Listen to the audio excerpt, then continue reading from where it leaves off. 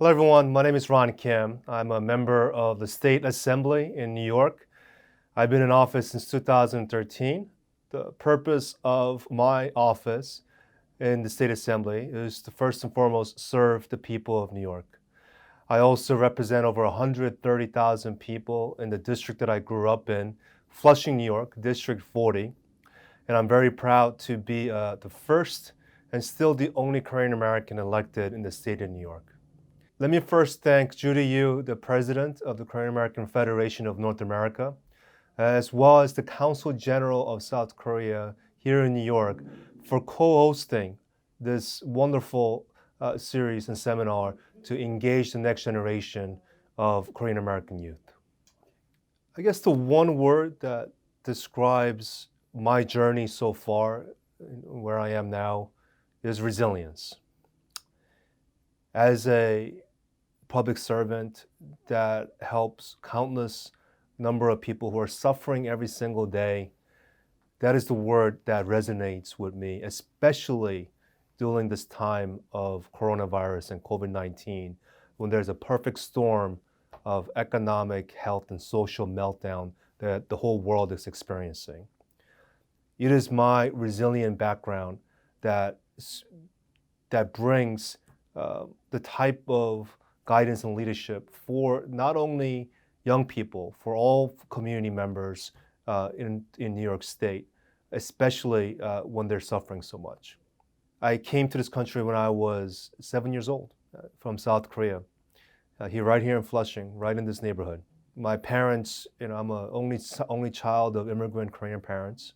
They gave up everything they had in South Korea, just like thousands and thousands of other Koreans at that time. My parents opened up a small business, and I remember within 10 years of them opening up that store, just right before I entered high school, they had to shut it down and file for bankruptcy. At that moment of despair and the years following of financial stress, seeing my parents being in debt, paying off debt for so many years, and the stress that we as a family had to endure left an indelible mark in how I saw the world. What happened to people like my parents?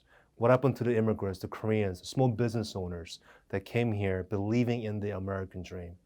That is why I chose the path that I am right now, to be a public servant, to give voice to the people who doesn't have a seat at the decision-making table. And that's what drives me as a public servant every single day.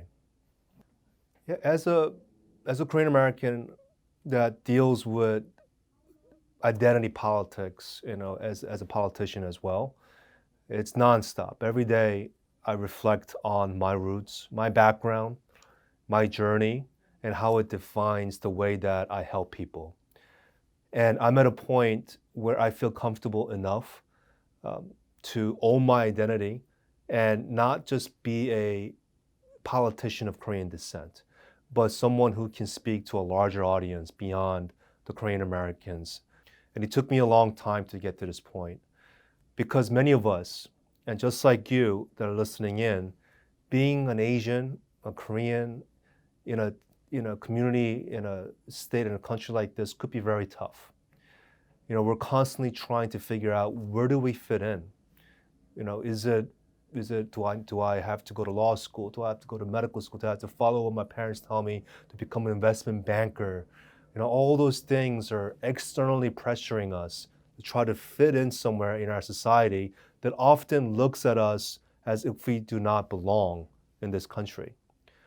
So for many young people, that journey is not easy, but you should stay confident that people like me, we've sacrificed the years so you can truly belong in our society. And not just belong, but have ownership of the society. So the folks that are listening in, now it's your responsibility. I've done my part. I've laid out the foundation. It's up to you to step into leadership roles so you could have ownership. And that means speaking up when the local government is not doing something right. Going into meetings, voting is a minimum you should do. You should be participating in our democracy in this country every single way, any single way that you can find. obviously, my last name is Kim. Wherever I go, uh, even if I never talk about my identity, people will remember me as a Korean, as a Korean American. And I wear that with pride. But I don't leverage it.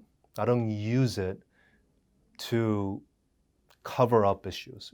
And that's what a lot of people do in politics. They use their identity to protect this a broken system, to protect the status quo. Because there's a lot of places where I can go and they'll celebrate me. Oh, he is the first Korean American. Look at how diverse we are. Look at how inclusive we are. We're bringing the first Korean American, but yet they're defending a system that is destroying our poor people, our working class people, our workers, our small businesses. So I no longer use my identity to protect them. I use my identity to help people. And there's a big transition for, I think, Korean Americans. And I have a lot of pride doing that because we have a rich, rich history in Korea of revolutionaries, of Yu Sun, a 16-year-old woman who took on the Japanese imperialist military. Our history of sticking up for what's right, for what the right principles, is very deep. And I am fully aware of wearing that with me wherever I go.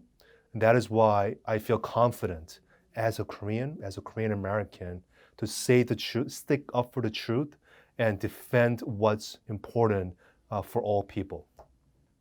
As the next wave of Korean Americans, you're in a unique place to take a leadership role, not just here, but on the world stage. Our homeland, South Korea, has taken the world by storm. It's opened up opportunities in pop culture, in movies, advancing discussions around movies like Parasite about hyper-capitalism and wealth inequality in a sophisticated level where other countries have not done so. So as a Korean American, now we have a responsibility, you have a responsibility to seize those opportunities to advance uncomfortable conversations to better our humanity. And that's what it boils down to. So we reached a point where we have normalized the dehumanization of our own neighbors or our own people in our community.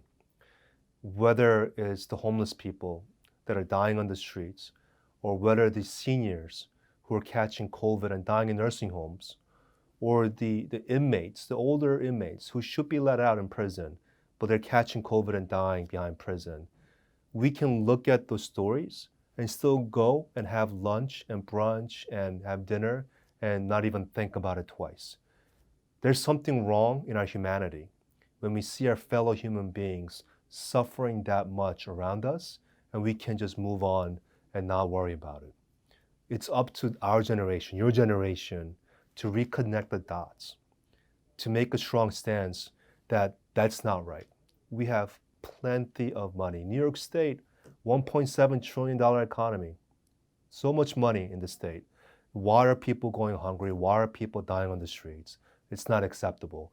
It's up to you to change that narrative. And it's a lot, but I think together, my generation, your generation, we can actually take leadership roles in this country and change the course of not only this country, but of the world.